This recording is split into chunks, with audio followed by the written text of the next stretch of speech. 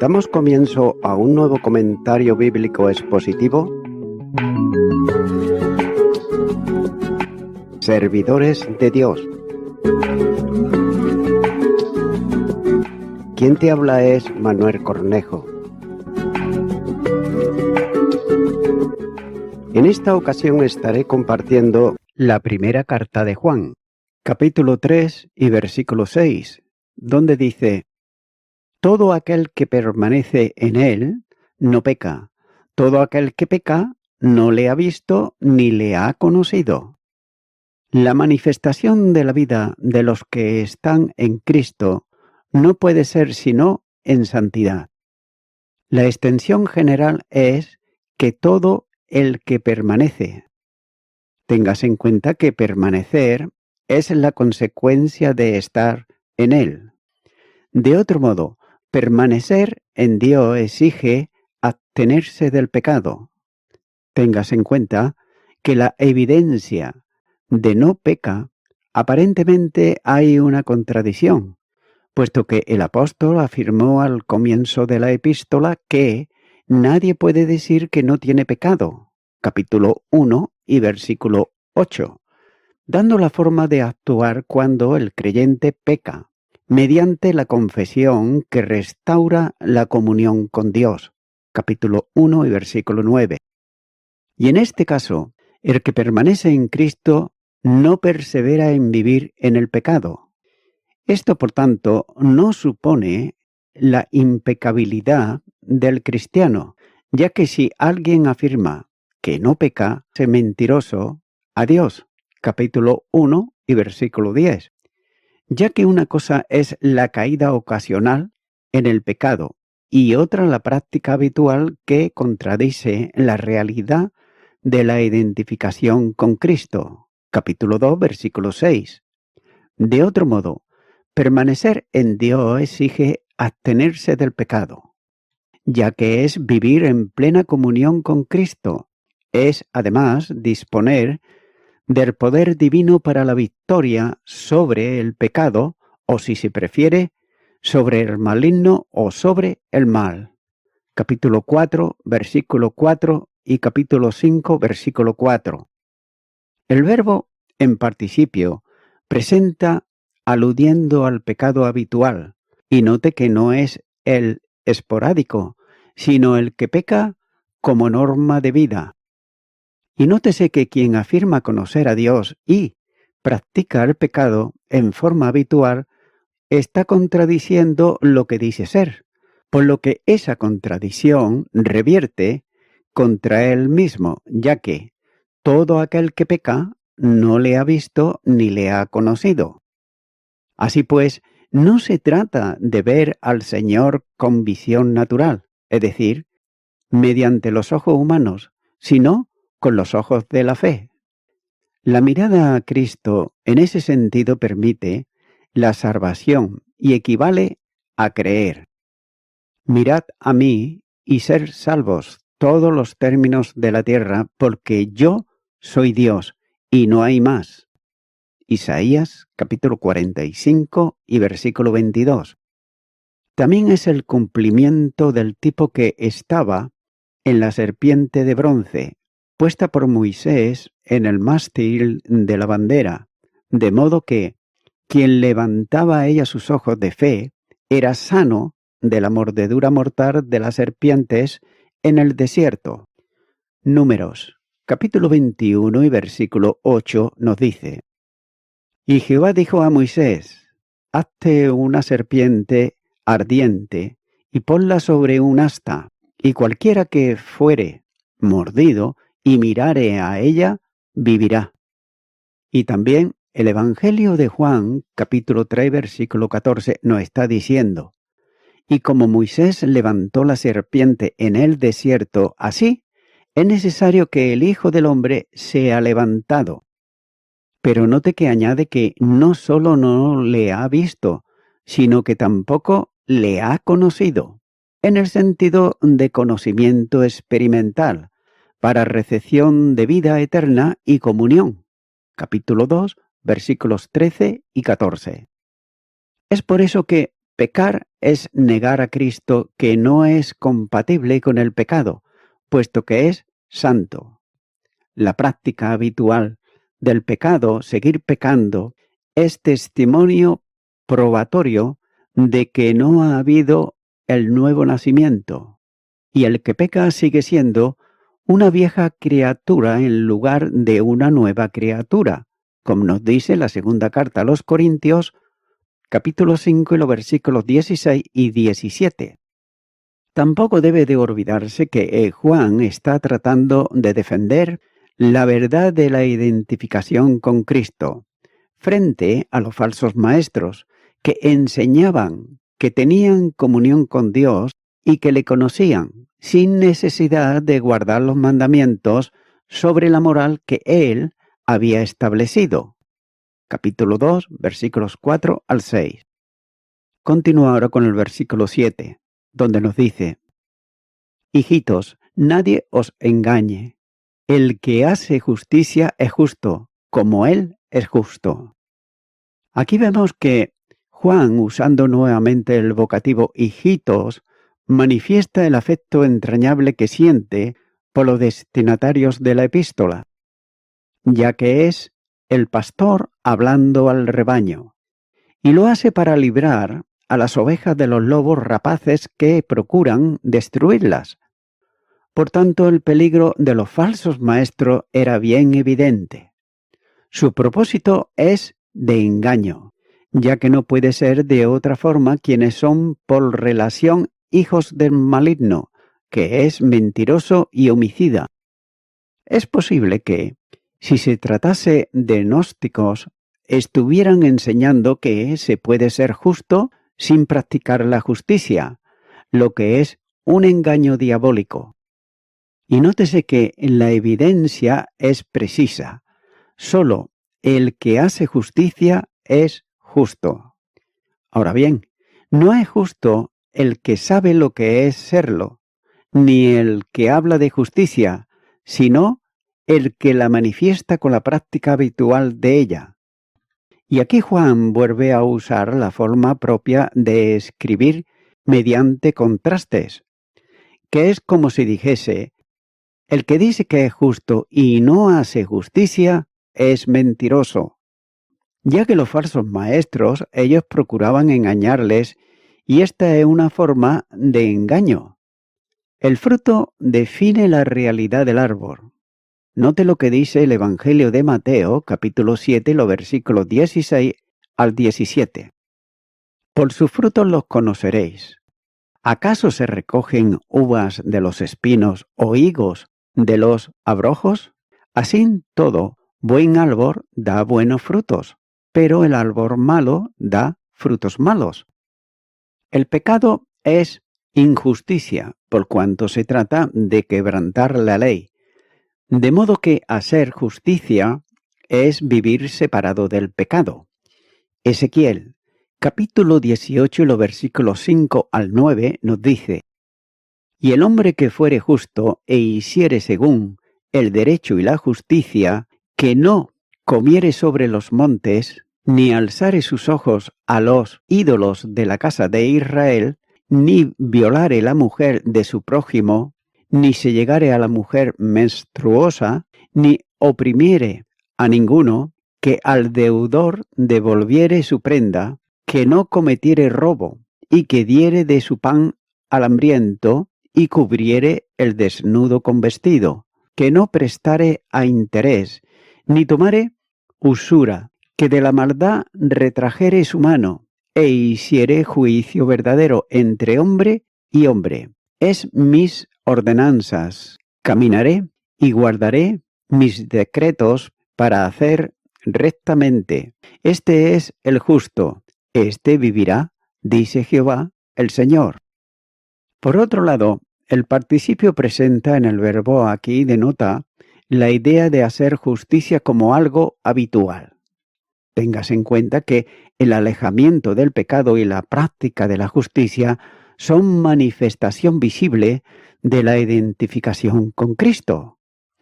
El Señor recibe el calificativo de justo cuando dice: y Él dijo: el Dios de nuestros padres te ha escogido para que conozcas su voluntad y veas al justo y oigas la voz de su boca. Hechos de los Apóstoles, capítulo 22, versículo 14. Y además practicó la justicia expresándola en la grandeza de su dimensión conforme a Dios. Lo hizo además porque vivió en absoluta santidad. La primera carta de Pedro, capítulo 2 y los versículos 22 y 23 nos dice: el cual no hizo pecado ni se halló engaño en su boca, quien cuando le maldecían no respondía con maldición, cuando padecía no amenazaba, sino que encomendaba la causa al que juzga justamente. Cuando la vida de Cristo se hace vida en el creyente, éste vive en santidad y en justicia, ya que sin este complemento parecería una redundancia la expresión anterior. El que hace justicia es justo.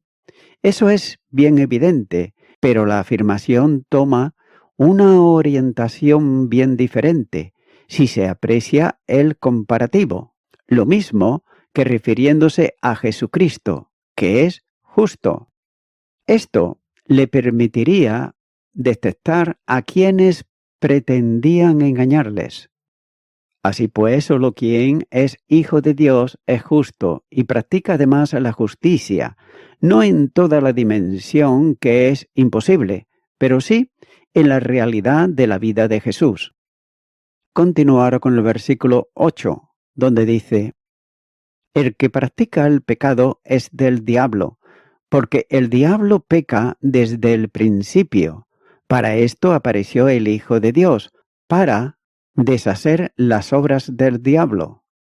Aquí en este texto se presenta la prueba de la vinculación del que practica el pecado. El que hace pecado en modo continuado e incluso con satisfacción está en una vida opuesta a la justicia. La vinculación de quien peca de esta manera es como el diablo, en donde se originó el pecado, ya que fue él quien lo introdujo en el mundo por medio de la tentación a nuestros primeros padres.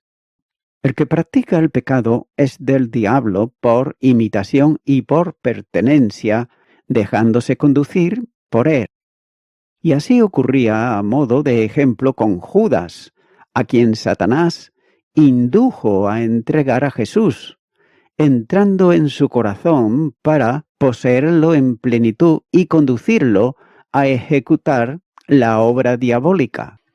El Evangelio de Juan, capítulo 13 y versículo 2, dice: y cuando cenaban, como el diablo ya había puesto en el corazón de Judas Iscariote, hijo de Simón, que le entregase, y después del bocado, Satanás entró en él. Entonces Jesús le dijo: lo que vas a hacer, hazlo más pronto. Y asimismo ocurrirá con el anticristo, el hombre de pecado, controlado al servicio del diablo.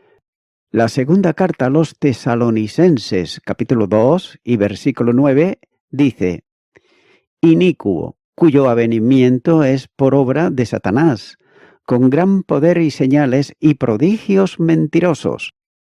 Debe de considerarse, y hacerlo con temor, que ser del diablo, como expresa aquí Juan, indica una relación no sólo de dependencia o de pertenencia, sino también de filiación, como Jesús dijo a los fariseos: vosotros sois de vuestro padre el diablo, y los deseos de vuestro padre queréis hacer.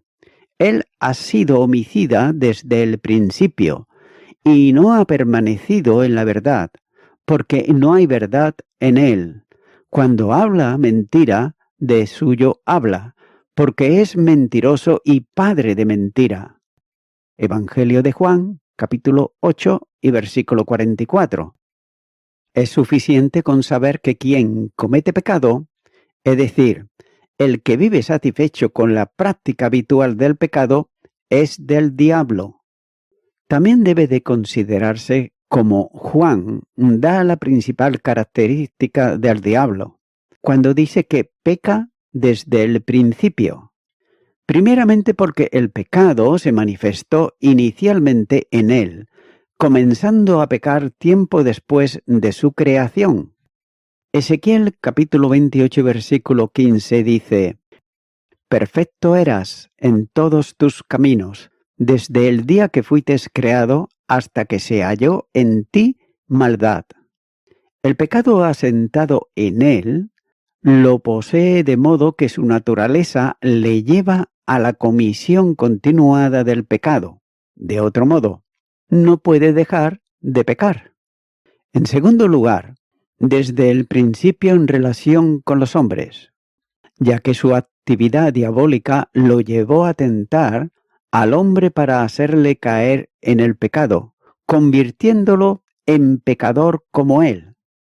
Y Juan lleva a una conclusión cuando dice que el que practica el pecado no puede ser sino del diablo, y por cuanto él es pecador, así también quienes le siguen son pecadores, y tienen comunión con el pecado y lo practican con asiduidad.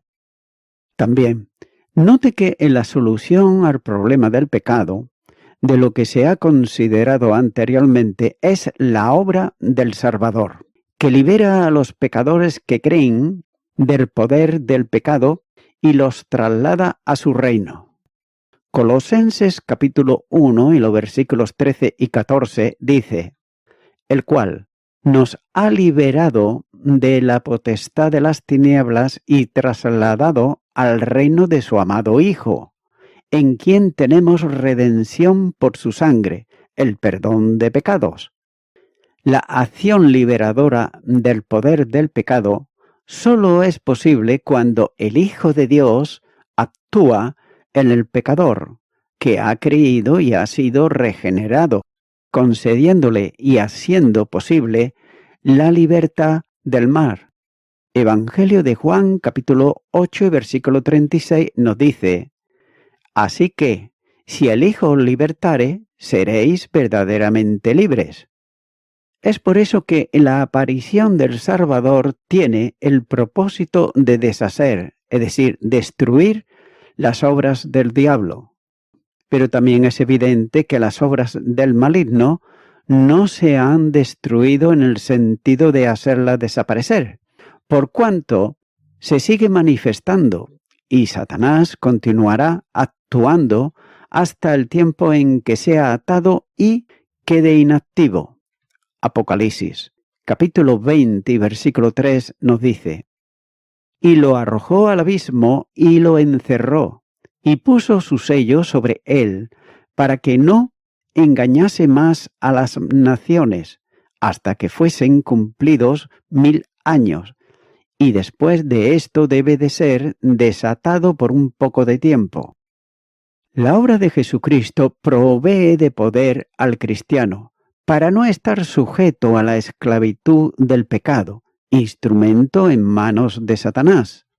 Romanos, capítulo 6, versículo 6, dice: Sabiendo esto, que nuestro viejo hombre fue crucificado juntamente con él, para que el cuerpo del pecado sea destruido, a fin de que no sirvamos más al pecado.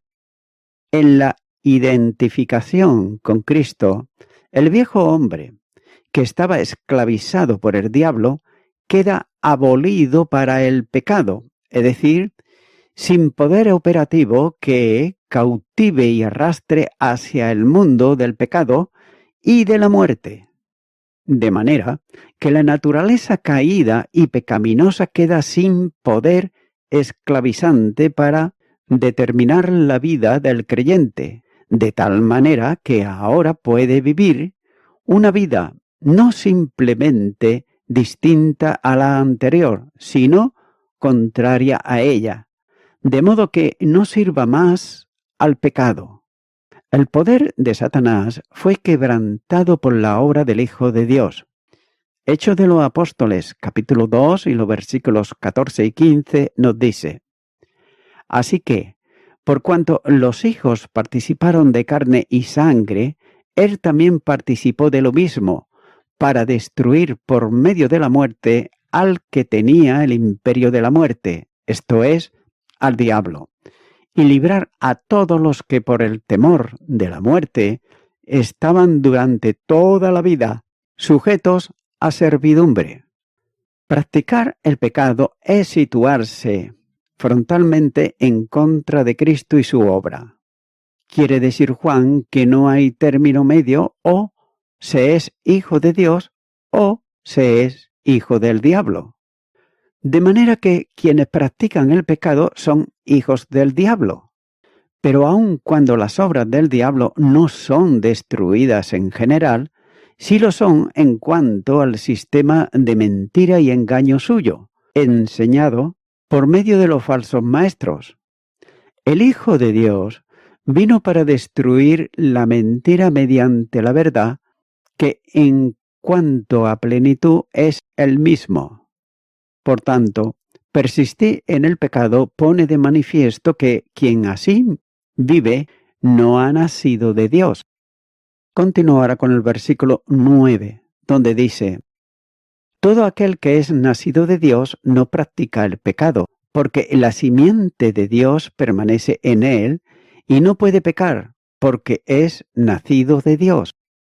Reafirmando la enseñanza, insiste aquí nuevamente en el hecho de que quien ha nacido de Dios, esto es, quien experimentó el nuevo nacimiento, dice literalmente que no peca.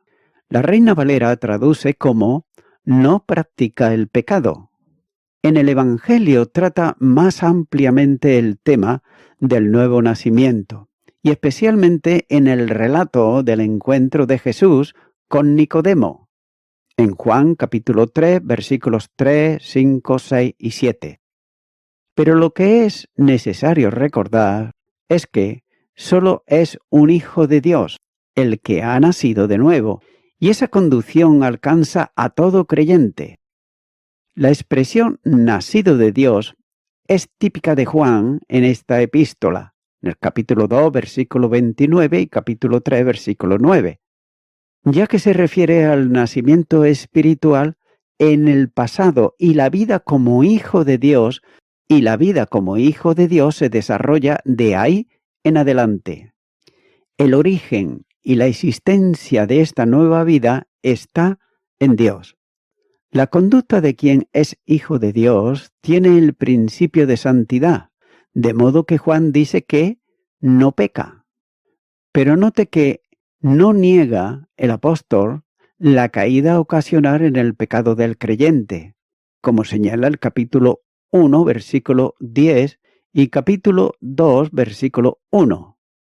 Pero advierte sobre la práctica habitual del mismo, que liga espiritualmente a quien lo hace con el maligno que orienta y controla esa vida. Versículo 8. Ya que el que ha nacido de Dios, expresión propia y única de Juan, ocurre una vez en el Evangelio, capítulo 1 y versículo 13, y 9 veces en la epístola. Por otro lado, el verbo está en participio perfecto, lo que expresa la idea de que la actividad divina que hizo este milagro no pasó, sino que, ocurrida en el pasado, permanece a lo largo del tiempo. De manera que no se trata de algo definitivamente terminado, como puede ser la justificación por la fe, sino de un hecho continuado, ya que el creyente es hijo de Dios, siempre sin ningún tipo de interrupción.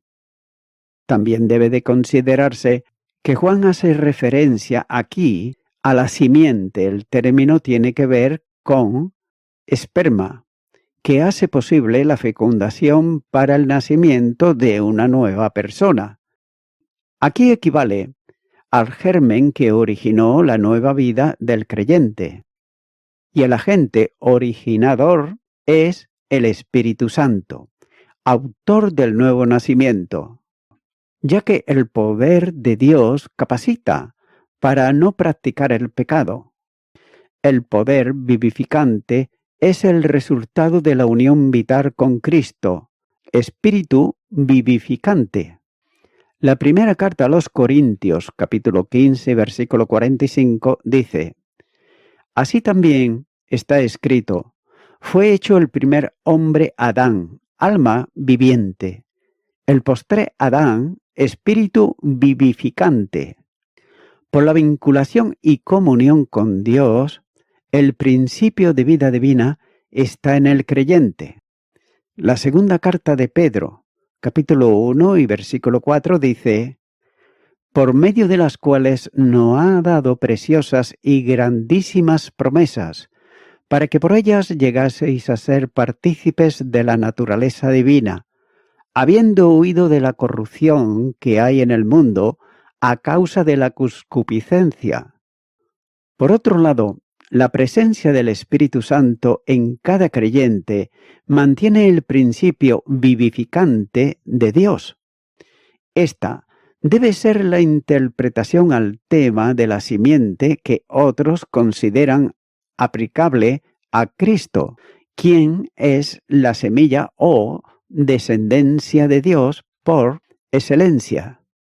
Sin embargo, otros entienden que debe aplicarse a la palabra, como ocurre en la parábola del sembrador. Mateo, capítulo 13, versículo 3, dice: y les habló muchas cosas por parábolas, diciendo: he aquí, el sembrador salió a sembrar.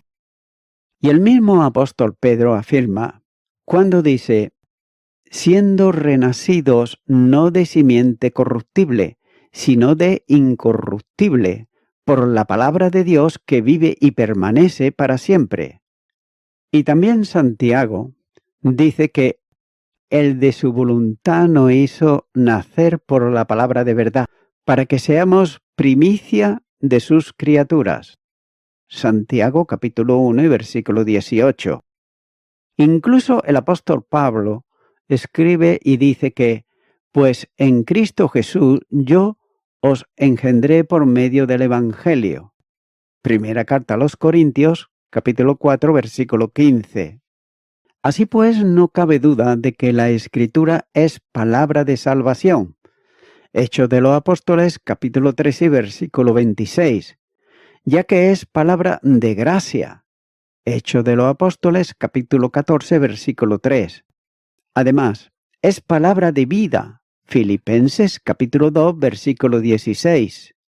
Y es la palabra también de reconciliación. Segunda carta a los Corintios, capítulo 5 y versículo 19. Así pues, según se hace notar, la interpretación que considero más coherente es la que se refiere al elemento vivificante, la gracia que salva y santifica, aplicada y otorgada por el Espíritu Santo, que permanece en el creyente, y que no sólo justifica, sino que, además, santifica. También note que Juan llega a una conclusión, que el que nació de Dios no puede pecar por esa misma razón de procedencia. Sin embargo, como ya se ha considerado anteriormente, no se trata de una afirmación absoluta que implica la impecabilidad del que ha nacido de nuevo, sino de una afirmación general que debe de entenderse como que no puede practicar el pecado, como algo habitual, aunque esporádicamente cometa algún pecado puntual. La razón de esa imposibilidad radica en el nuevo nacimiento, que genera nueva vida y nueva orientación, de modo que si alguno está en Cristo, nueva criatura es. Las cosas viejas pasaron, he aquí, todas son hechas nuevas. Segunda carta a los Corintios, capítulo 5 y versículo 17. El apóstol Pablo escribe que los creyentes somos hechura suya, creados en Cristo Jesús para buenas obras, las cuales Dios preparó de antemano para que anduviésemos en ellas. Efesios capítulo 2 y versículo 10. Por tanto, el propósito soberano de Dios no puede dejar de cumplirse. La nueva vida en Cristo hace que el creyente salga de la esfera del pecado. Segunda carta de Pedro, capítulo 1, versículo 4. Los que han sido regenerados por el Espíritu Santo tienen su presencia en la vida y siendo habitados por Él, no practican el pecado. El creyente puede, y de hecho, peca, pero confiesa el pecado afirmando estar de acuerdo con lo que Dios dice y reconociéndolo, por lo que la diferencia con el hombre no regenerado es bien evidente, ya que el pecado practicado por quien no ha sido salvo no ocasiona la reacción íntima que produce en quien es creyente. Y voy concluyendo con esto. Con el fin de que vivamos lo que Juan nos dice, será necesario que los cristianos aprendan cómo tomar la corrección de otros, ya que un espíritu orgulloso no escucha a nadie. Cuando estamos metidos en el pecado, Dios quiere usar a otros cristianos para sacarnos de eso, pero eso no puede pasar si somos demasiado orgullosos para escuchar y arrepentirnos. Proverbios capítulo 15, versículo 32 dice: El que desprecia la disciplina se menosprecia a sí mismo. El que escucha la corrección adquiere inteligencia. Amigo y amiga oyente, nuestra vieja naturaleza, caída de la gracia divina por causa del pecado, nos hace ser orgullosos y orgullosas. Y nos hace hacer cosas que muchas veces menosprecian a las demás personas que tenemos alrededor. Es por tanto que mi amigo o mi amiga oyente, no seas una persona orgulloso o orgullosa. Y acepta la salvación que Dios te ofrece por gracia divina, que es la salvación en Cristo Jesús, ya que Él dio su vida en la cruz del Calvario por tus delitos y pecados, pero Él la dio para el pecador y la pecadora que viene a Él en arrepentimiento. Así que su mano está extendida para toda persona, pero tiene que venir a Cristo y confesarle sus pecados y aceptarle como su Salvador. De manera que yo te invito a que esta oración que voy a hacer tú la puedas repetir y di conmigo. Señor Jesucristo, te confieso que soy una persona orgullosa, vanagloriosa, celosa y tantas cosas que no me hacen bien. Sé que he pecado en contra de Dios y por eso vengo en arrepentimiento ante ti. Me arrepiento de todos mis pecados. Son muchos. No puedo acordarme, pero tú lo sabes todo. Por ello te pido que me perdones. Te abro mi corazón y te acepto como mi Salvador. En tu nombre, amén.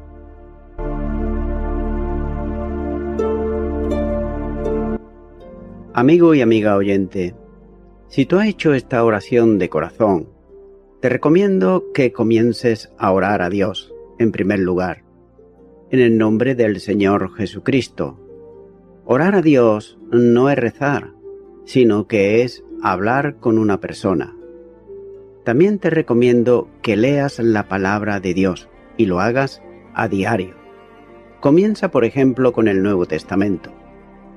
Y también, por último, te recomiendo que para que puedas crecer espiritualmente, te congregues en una iglesia cristiano-evangélica, donde se predique, se enseñe y se practique la sana doctrina y la palabra de Dios. Congrégate ahí y con el tiempo podrás crecer espiritualmente y también servir al Señor Jesucristo. Que Dios te bendiga. Y a toda la audiencia, nuevamente ya me estoy despidiendo de todos ustedes y será hasta el próximo programa. Que Dios os bendiga a todos.